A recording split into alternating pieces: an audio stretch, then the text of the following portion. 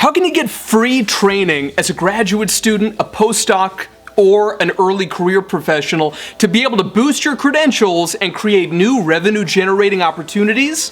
Stick around today and let's talk about 4 strategies here on Navigating Academia.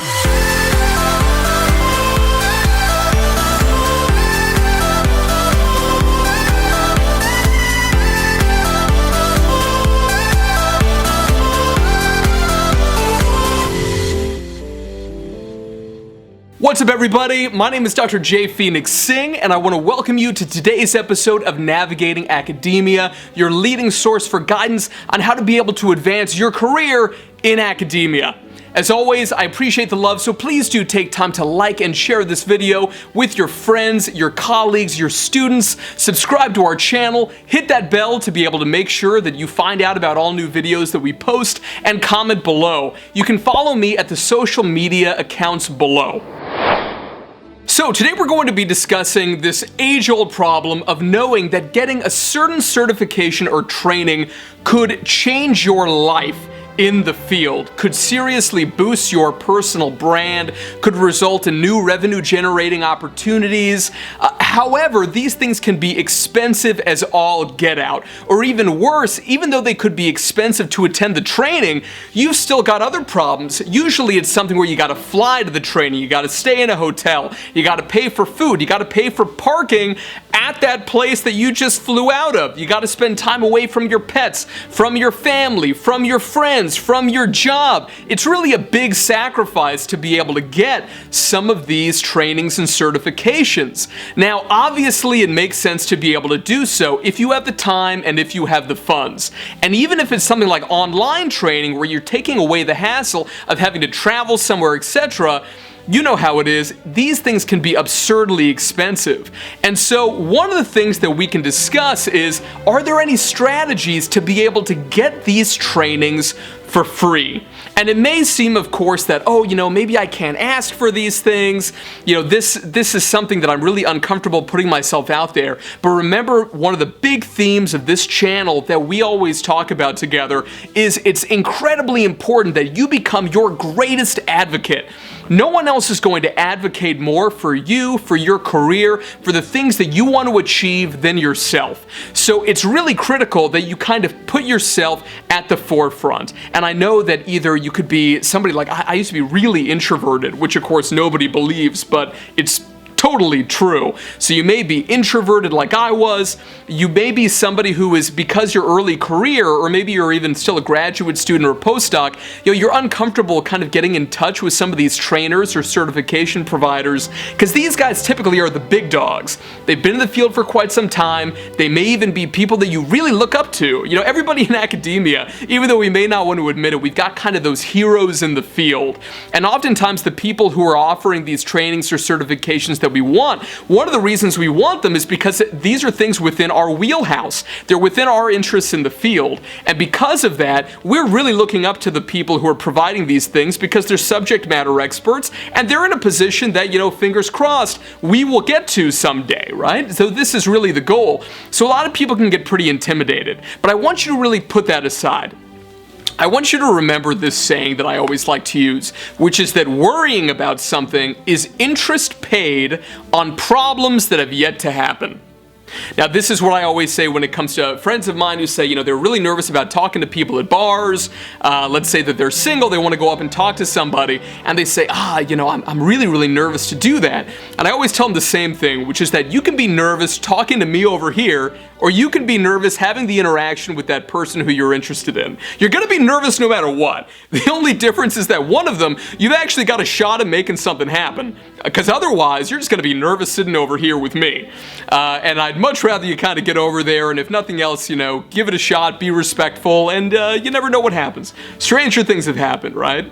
So it's the same thing here. You never know what good things can happen, and you're the only thing that is holding you back, right? You're going to miss every single ball that you don't at least take a swing at, right? Using a baseball analogy.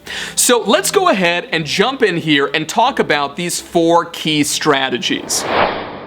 Strategy number 1 is to plan the event yourself. Now, if you're like me, I remember the last company that I ran, training was a real passion of mine. And I'm talking about not only in-person training, but also online training. And I can't tell you how intimidated I was when I started approaching some of these big-name trainers to be able to do this. You know, when I started that company, I was in my mid-20s. I was only a few years out of graduate school. You know, I had some publications, not anywhere near what I've got now. So it was one of these situations where I was still kind of a, quite a young scholar. So to be able to contact people really kind of, made my heart skip a beat a little bit. So getting in touch with these guys was really tough. However, what I found was that people are a lot nicer than you would anticipate. And, they get very flattered the fact that you want to set up an event for them. Now, it may be something, of course, or very likely, they're going to want to get paid for this, unless there's a compelling reason for them to do it for free, which is unlikely. However, sometimes that happens.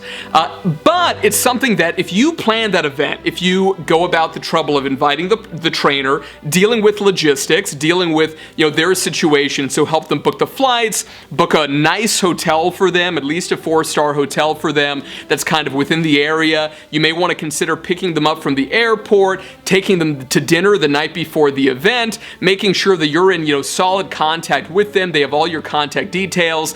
Then you set up the event. So you actually would go and find a venue, could be a local university, could be an office that you would rent through something like, for example, here in the States, even though it's in a lot of countries, Regis, usually rents out office buildings by the hour, so you can find local rooms to rent. Usually a quick Google search will find you some places where you can rent something out for the day. If it's going to be a full day training or a multi-day training, you can take care of that. Make sure it's a good location so that you're not flying them all the way out there and that it's not a nice place, right?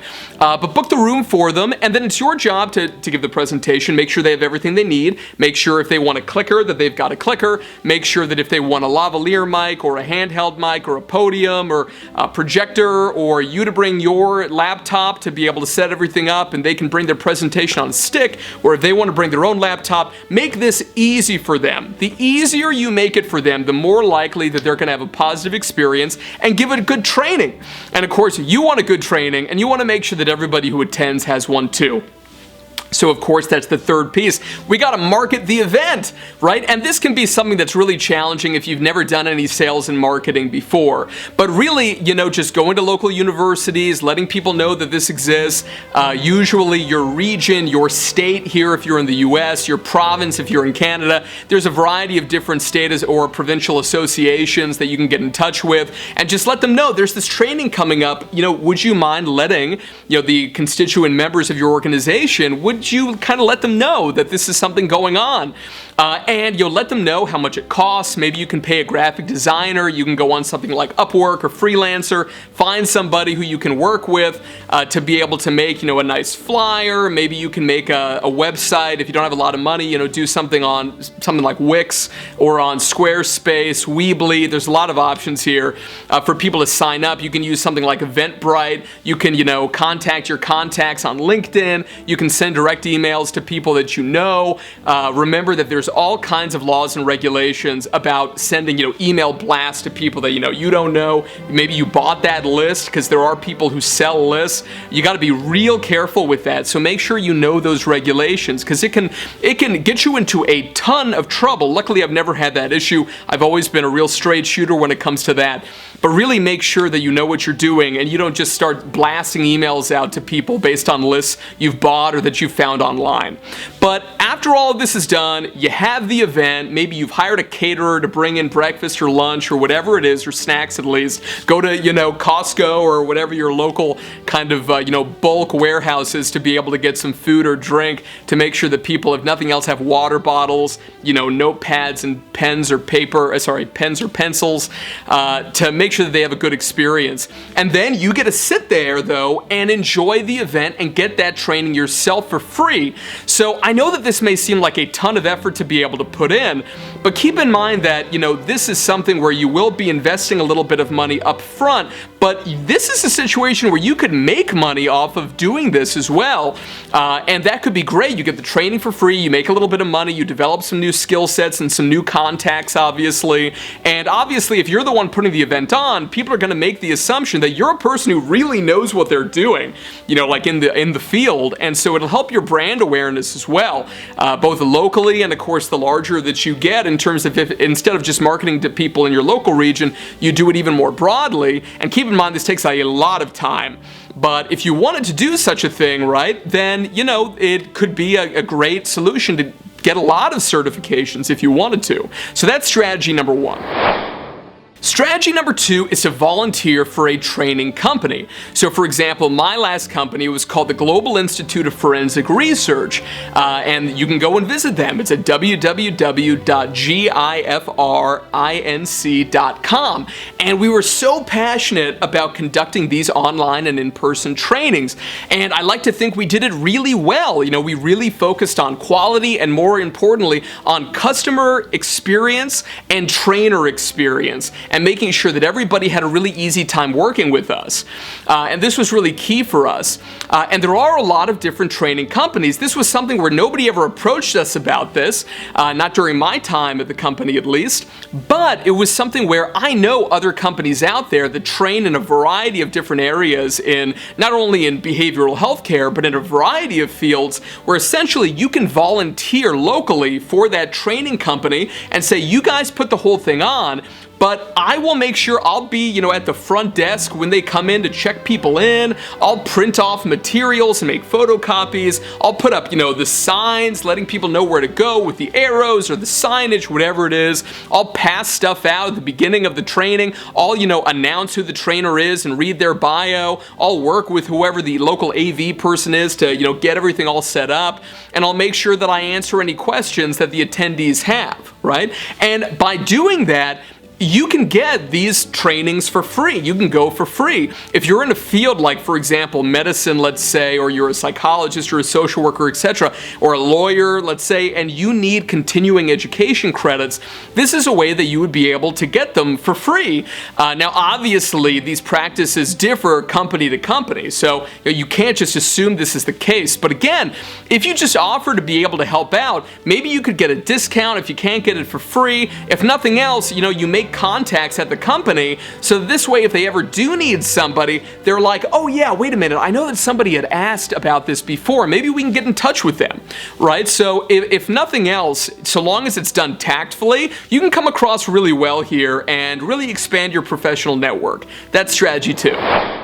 So strategy number three is to be able to barter your skill sets. And this can be with the trainer, this can be with the training company who's putting stuff on, this can be with the location, if let's say it's a university, let's say, who's kind of hosting the event, etc. But the idea is, and this is again a theme that I talk about a lot in this series, is developing a really specialized skill set. For example, for me, it's all about statistics. This is my area. And so being able to conduct pretty complex statistical analysis has really made me an asset, such that people will come to me asking for help on this, and that helps me to be able to get more publications if I make a significant enough contribution. It helps me in terms of doing consultation with professionals, with government organizations and agencies who are looking for people to not necessarily serve as something like a chief data scientist or anything like that, even though that's something that I've done in the past in a consultation capacity for a startup to be able to make extra money,